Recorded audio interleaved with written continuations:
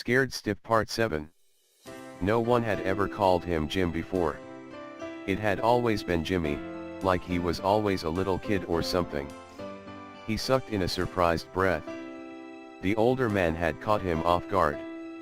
He expected the lecture, he hadn't expected the other man to talk to him as though he were, well, old enough to know better. He lowered his head a little, feeling suddenly ashamed. Is she okay? Callie's father folded his arms across his chest, looking as foreboding as he did when he first came in. She's got a bit of a headache, but that could be as much from the pain you caused her as anything else.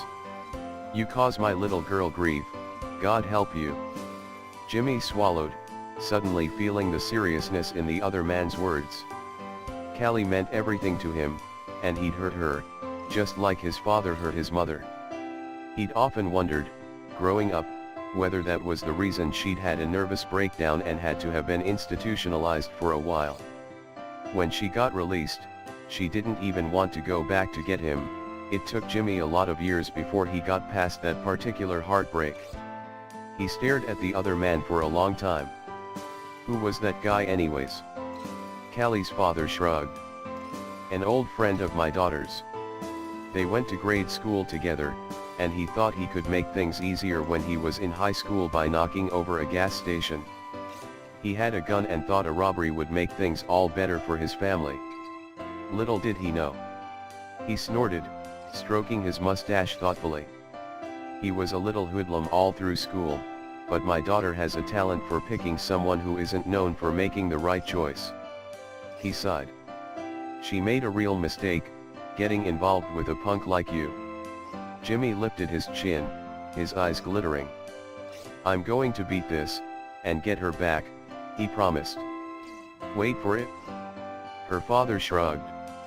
Your uncle's not coming for you this time, kid, and my guess is your uncle's had enough of your tough guy routine. He saw the surprise flash in Jimmy's eyes, and chuckled. I know your dad, Jim. I know your uncle too. You don't need to know how, just that knowing is enough. Your uncle's a damn sight smarter than your father ever was, and at least he had the smarts to quit being a punk and grow up. Jimmy stared at the other man. His uncle, the one who kept kicking his ass because he kept losing it, was a punk? No way, Jimmy wanted to tell Callie's father, but he hesitated, his heart thumping in his chest as he realized the truth in the other man's words. There was just too much his uncle knew about fighting, and how many ways he knew to successfully subdue someone instead of knocking them flat.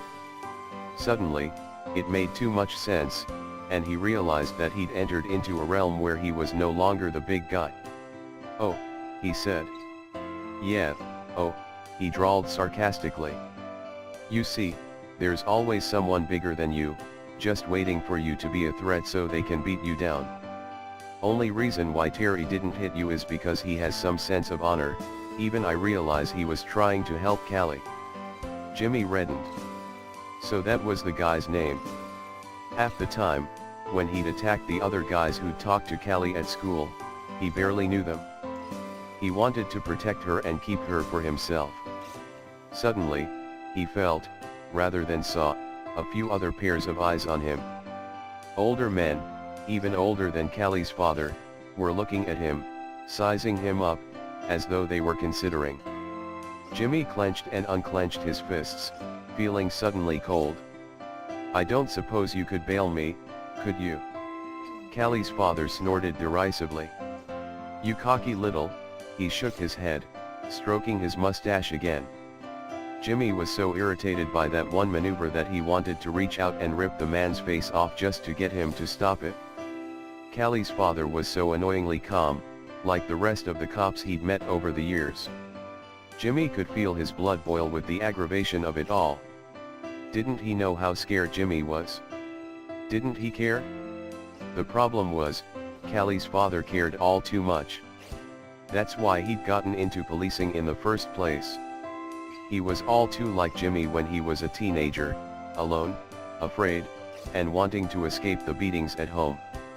Growing up, he vowed that he would never let any other kid go through what he did at home, and so, with top honors from high school, He immediately signed on to get his college diploma in police foundations, leaving his drug-addled parents behind and hoping against hope that he wouldn't see them in a morgue somewhere before too long.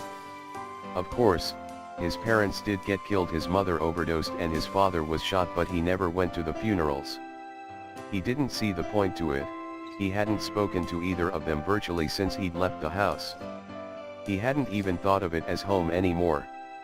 He'd risen steadily through the ranks of the force until his past was all but forgotten.